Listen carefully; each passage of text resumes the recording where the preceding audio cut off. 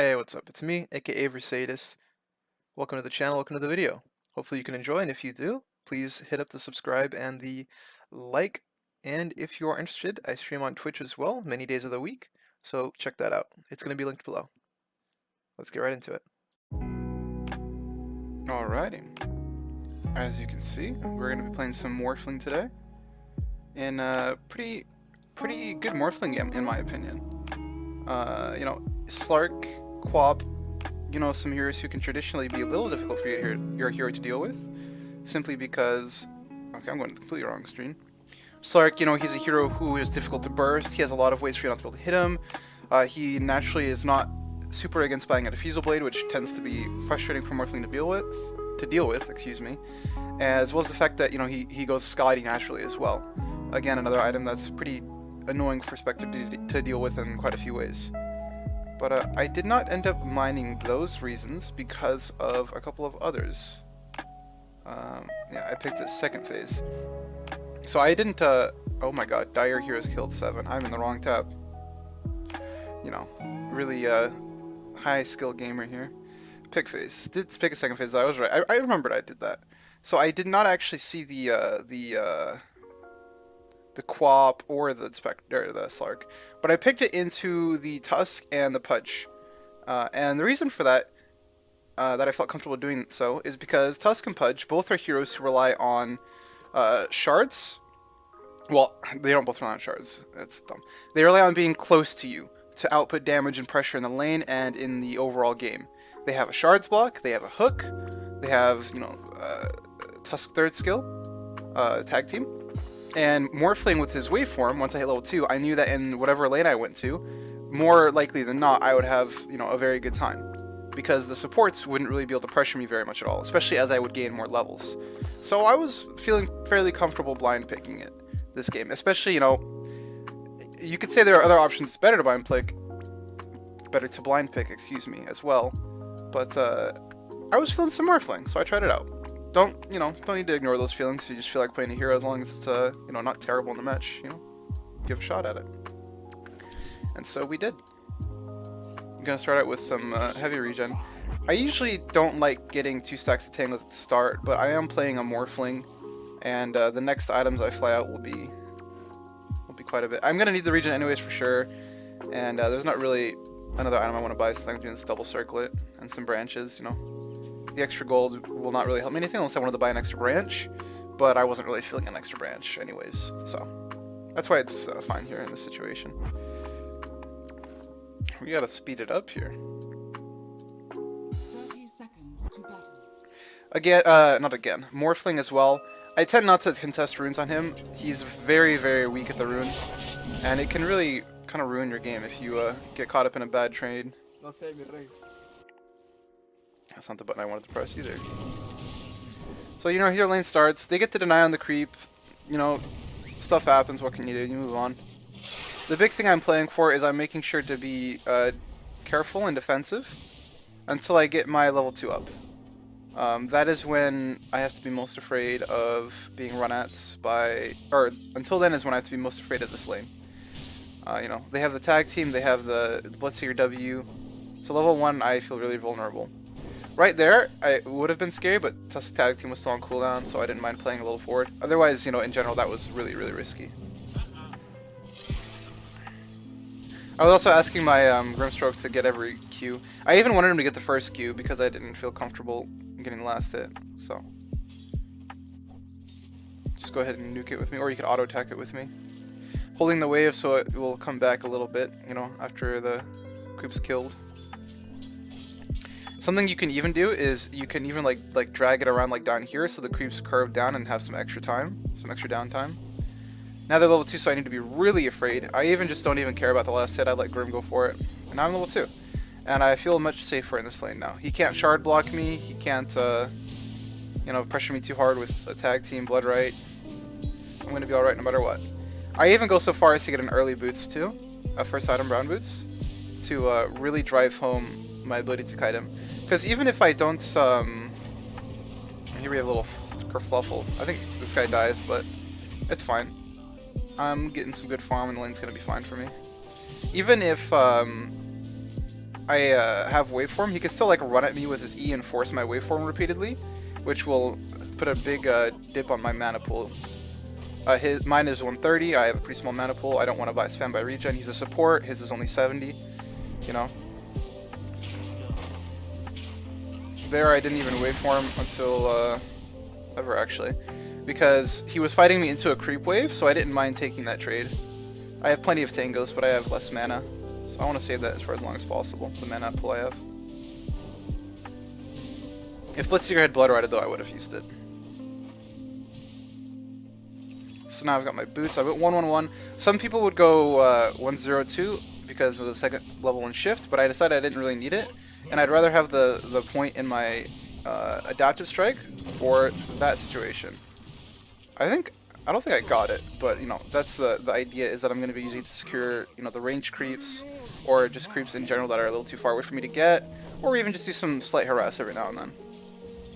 You know, the extra point in my third skill isn't really going to do that much. Well, yeah, I guess you this is my third skill, but this is my third skill, you know, or you could say fourth skill, whatever you want to say. The extra point in my shift is not really that impactful on the lane versus a point in my W, in my opinion.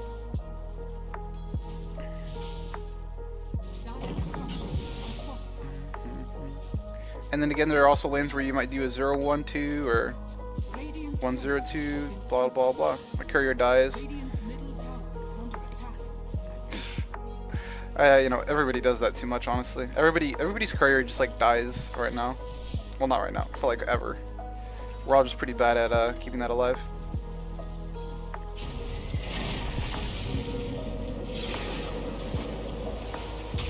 Tusk mistimes it.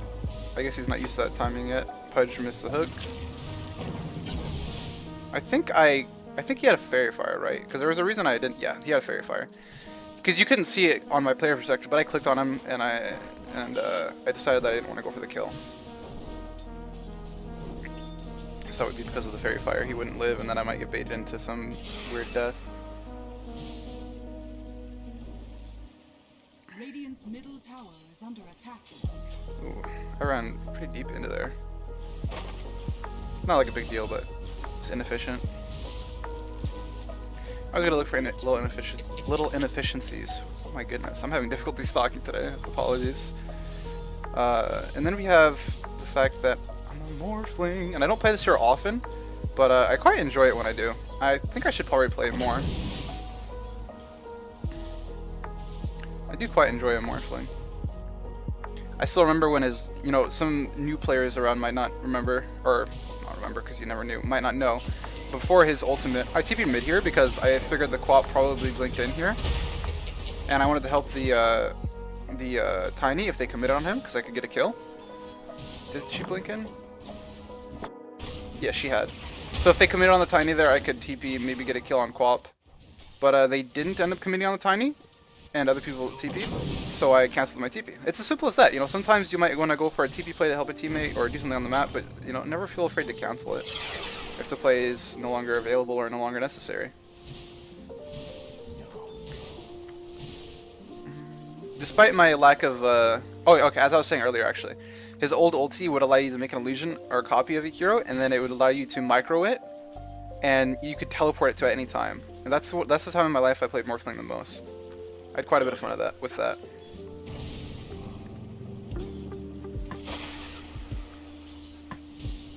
I like the new one more though, but I was just really into playing the map and splitting and stuff at the time, so it was really fun for me. The new one's much funner though. Easy CS. I should have dragged this wave out from under my tower, so that way I could hit the cart. So the tower, excuse me, would hit the cart, and would allow it to not have done all this damage to my tower. I do that most of the time, but you know, when you're playing a hero you're a little less familiar with, some things slide through the cracks. And you might be saying, like, Mercedes, if you're less familiar with the hero, why are you making a video on it if you're making these mistakes like this? Because the overarching gameplay and idea is still there. You know, I'm gonna mess up and screw up little things sometimes. I'll miss some CS that a better Morphling player, more comfortable Morphling player, or me after this game even, wouldn't have missed. You know, I'll make some little misplays and whatnot, but the overarching idea and gameplay is still going to be there, and I wanted to share that with you guys.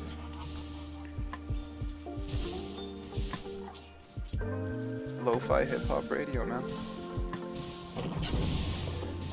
See there, just hitting them. Second point in waveform, because I don't really need my ulti. Nothing in my lane is, like, useful. You know? Like, I changed you into Bloodseeker, then what, you know? Like, Tusk can be pretty cool, but he's not really playing down here much at all anymore.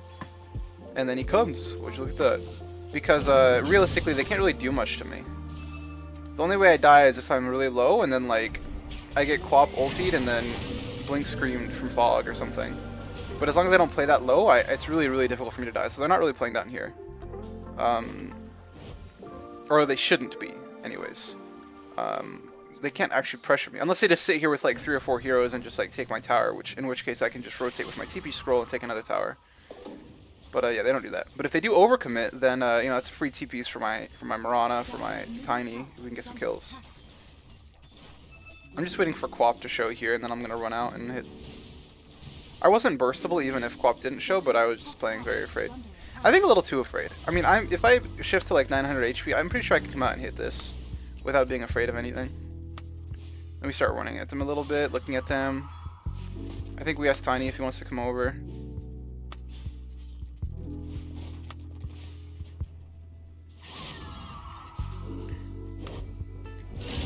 And then Quap does the Giga play of blinking onto my boy.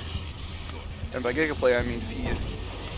Here again, you know, I decided that I wanted to take a point in my ultimate, right here, you're gonna see. Because it would be the only thing that would secure this kill on Tusk. And because of it, I got the kill. He was forced to snowball into us, and then ended up perishing.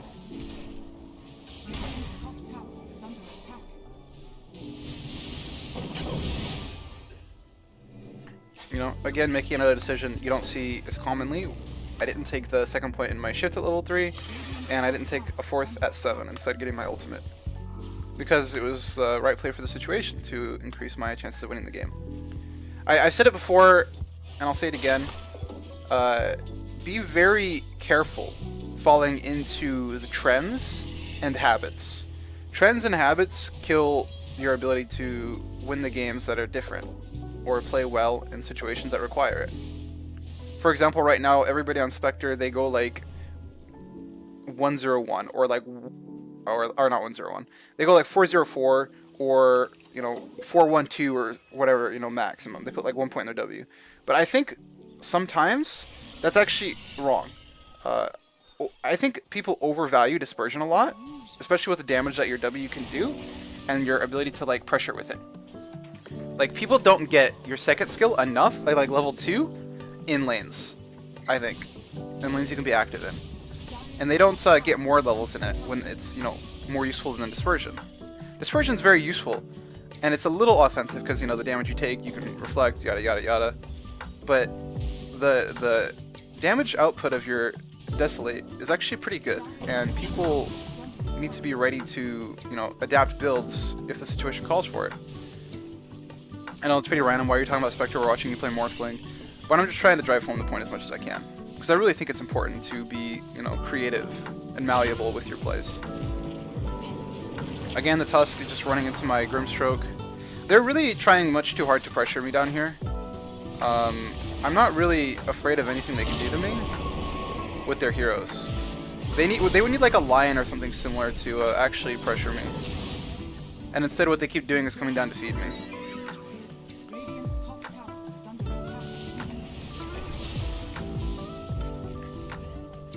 That's where the fact that they have a Pudge and a Bloodseeker, not a Pudge and a Bloodseeker, a Pudge and a Tusk is like what makes me so happy to play this game on my hero. You know, 90% of the heroes they could pick on pose, on any position, like in the blind pick, like I'm gonna have a fine game against. And even if I get countered last pick, like I'm countered by one hero. Who cares? If my game's good enough, you know, if being countered, like, as long as you don't pick some hero that's hard counterable, you know, you're not really too worried about getting countered by one character, as long as your game is good elsewhere. You don't really have to be too scared of anything like that. And you can see like they've made so many big team rotations, and normally you'd have to leave your tower and give it up and let it die by this point. But in this game, I'm able to defend it, keep playing around here, keep farming the lane, farming the jungle, getting even kills when they come, because I'm a Morphling, and their supports have no way to pressure me, and their cores they didn't get lucky and blind pick a hard counter to me. I TP mid now because I don't want this tower to take a billion damage while my teammates are making a play top, because the mid tower is more important than bottom tower. If you can take one tower, you always take mid tower. If you can take any tower, it's easier to take top tower usually first, just convenience sake wise. It's easier terrain for you to fight around in general against a lot of heroes. It depends on drafts and things like that, but it's harder for your team to occupy this space and take a battle, whereas here there's like you can position better, make them come into you, yada yada yada. It's like much easier for the team to defend this tower. It's harder to dive and everything. But yeah, kind of rambling, don't mind me, or do, I don't know. Let's say ended up taking the bot tower, but again, mid tower more important. My team's also taking top tower during all of this, so it's not like we lost out on any trade. And again, I really just can't be touched here, except for this, when the Quap has no boots Orchid. I was thinking about this, but I knew she had like 2 or 3 deaths, and that her game wasn't very good. And I didn't think that she would have it there, but she just has no boots, no wand, no any of that shit, and she got one quicker than I was expecting. And that's the only time. That's like the only time I died this entire game, I think. It was because I wasn't ready for this.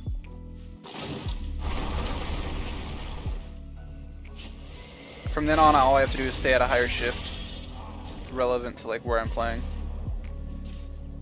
Radiant's current. Dire's top tower is under attack. Shift up a bit, look around. Also, I really like Morphling into heroes like Quap, into heroes like, Anti-Mage, etc. and so forth, because you get this free mobility that your hero kind of struggles with sometimes. Like, you can blink in, hit at some heroes, and then waveform out if it gets bad. Whereas, like, a lot of times, you're feeling hesitant to just waveform straight up into the middle of the team, the enemy team, because, like, what happens? You've committed your waveform, it's possible to turn around. And it's just like, it gives you more ability to play the fights. So one of the reasons double waveform is such a powerful talent. It's one of the reasons people buy Blink Dagger a lot. It just gives you more mobility and ability to play around the map. That being said, Pudge can also, under certain circumstances, be very powerful. Tusk can also be very powerful under certain circumstances. And actually, Slark is a very nice hero as well. Just because you have the Dark Pact repeatedly. Like, yeah, Pounce is good and all, but the repeated Dark Pact is really powerful to allow you to like play through their stuns and stay alive and play along. Now I'm just playing safe, farming, morphing higher HP when I feel like I'm in a place that's risky. I was pretty much just hoping my Tricamp wasn't warded. I probably should have been morphed a little bit higher than like 1040 or whatever I was.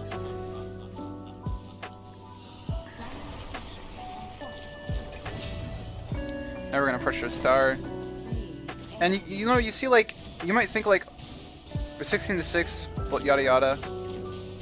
I haven't done a huge amount this game, but that's like a good part of it is that like we blocked the enemy team off from like doing so much, and we had such a like stable laning presence, and it was like exactly what we needed to do. Sometimes in games, it's not about going crazy, popping off, and being crazy. Sometimes it's about picking a hero that makes the enemy team have no way to play the game. They can't gank Tiny, they can't gank the safe lane. Dawnbreaker, he can possibly get ganked, but I think his game's already like pretty good against the Slark. He's hard to gank too because he has his hammer to get out of any shards or any blocks that's occurring. He can even ulti out once the Pounce wears out. So he's very difficult to gank as well. It's like one of those things where like I feel like we did very well in the draft. And oftentimes draft is, a big part of the match. Here the Tiny was just baiting me. We were seeing if there was a co-op up here. Gonna try to go on me. Dire's structures are fortified. Got my Manta now, and pretty much I'm just not afraid of anything. Dire Well, has soon. fallen. Not now, but you know what I mean. The main point for this game isn't that I wanted to share. It wasn't that I was like playing some exceptional Morphling or something. I did alright. The main point is that like Is under attack. it's really important to keep your brain on even during the draft. You know, a lot of people will be like, Is under you know, I'll just pick whatever. Doesn't really matter. What do I feel like picking? And you know, those things are fine if you're casual. And there's nothing wrong with being casual and just playing for fun. But it's also important if you really want to win and climb and increase your MMR to Dire's top tower is under attack. think about how the enemy wants to play the game, and think about how you want to play the game, and think about what you can do to stop them from doing so. This game I saw they have Pudge Tusk. Two heroes who love aggression. They require aggression. They have to get kills. Is under attack. But I picked a hero it just doesn't happen with. They can't play in my side lane, and if they do, they feed. Or they just, you know, steal XP from each other while I sit there and farm. Are fortified. And that's very powerful.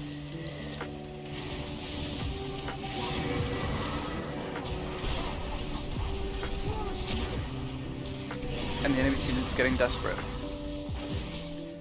Even the Slark shows up. And is he gonna kill me by jumping on me here? No. Of course not.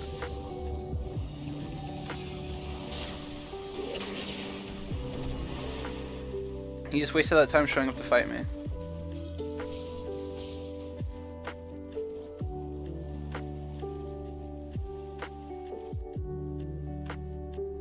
But what is he supposed to do? They're losing by all metrics. Is this fixed yet? Net worth has appeared. You know, Slark. You know, I'm about to pass him in net worth, I think, actually. But I'll try and hit this creep. Slark, pretty fast farmer with his Q spam. You know, not bad at all. I also could use Manta a bit more to farm. It's something that I used to do very well, but I recently have been having difficulties using my Manta intelligently to farm. And yeah, he's passed me again. But like, he would be even more if he hadn't come to that fight, if he hadn't wasted his time. He didn't get a kill, he didn't get agi. He just showed up, wasted his time, wasted his spells. But now I feel comfortable just playing however I want, just playing and farming and getting everything I need. I saw Quap TP bottom, I see they're running in. I feel like Quap really wants to get a fight here, so I TP. And we come and we just kill him.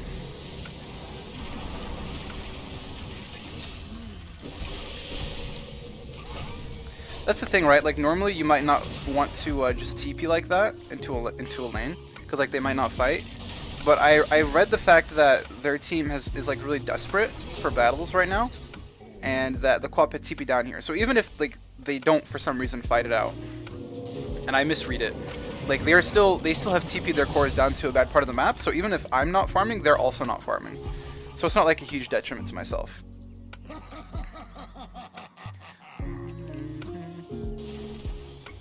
So the Manta for the Orchid, obviously, you know, it's their one way they have to kill me. The E-Blade is just, it's just like some good tool. Stack the camp, leave my Manta there, run mid. I felt good about that. E-Blade is just some normal, common tool to just burst people, obviously. I wanted it because, you know, there's a Slark, and he's losing, and it's going to be a while before he gets his Scotty and other items up, before he gets really tanky, so the burst is still going to be very useful. As well as the fact that there's a Quab, also traditionally squishy. Tusk isn't going to have much item, he's going to be squishy. Bloodseeker, I don't know what he's even going, maybe a Vessel. A Vessel and a Hood, so he's not going to die to it very much, but it's still going to be quite some damage. You know? Dire's bottom tower is under attack.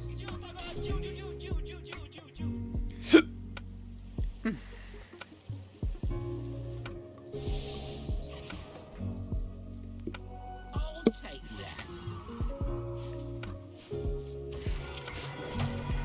Dire's bottom tower is under attack. That actually follows, so if he landed that, I could have waited for him to cancel his TP. But he misclicked. That's alright though, he owned. He owned this game. And I'm about it.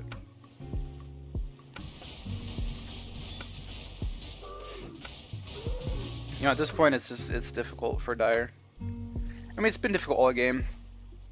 I think their points of pressure was least bottom. Unless they just grouped and actually just took the tower. They did that one weird play where they just ran down there and just like hit some camps and then like try to dive. I think if they wanted to pressure though, they should have just taken the tower and grouped there instead of like this weird... Because they can't kill me, it's just not happening. And it was a waste of time to try. So if they're going to come down at all, they just need to take the tower and move on. I think also they needed to focus on making Quap's game good. Because, I mean, if her game's good, if they're securing runes, you know, she can get some daggers, she can do pretty good in the lane, and I think have a good time. Because their late game isn't bad into us, you know? Like, their mid game is pretty bad. Their, like, early to mid is pretty bad into us. But their mid to late, and I know I just said early to mid is bad, but I mean, like, the later part of mid. Their mid to late, when they get their Scotties, when they get their BKBs, when they get their Depth Shrouds, when they get all these items, like, they have you know, a pretty good ability to fight against us, I would say. It's definitely not impossible for them to win. Here I have Aegis, and I just feel really confident. I just blink the fuck in.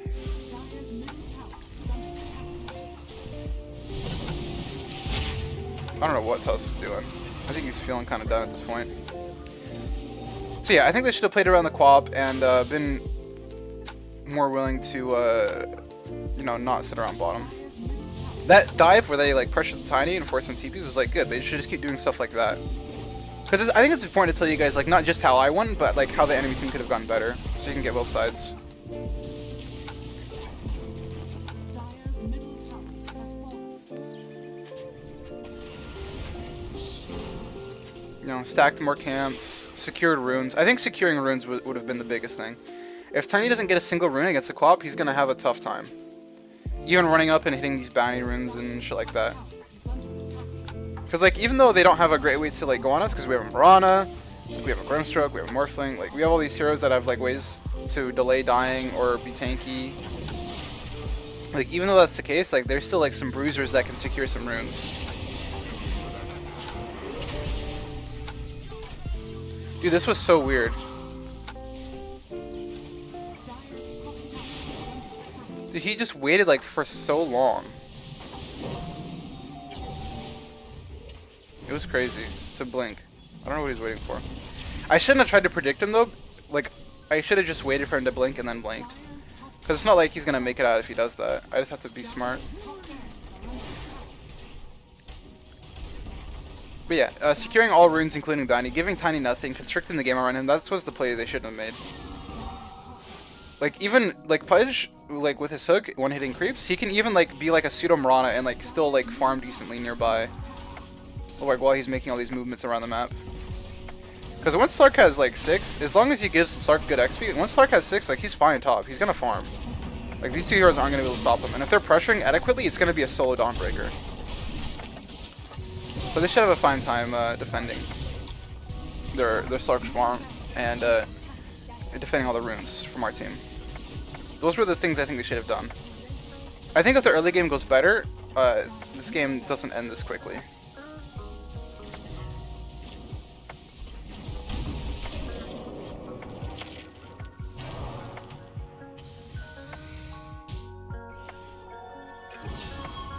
That being said, in general, I would have, you know, not recommend picking Tusk and Pudge, and a Bloodseeker, and a Quap even.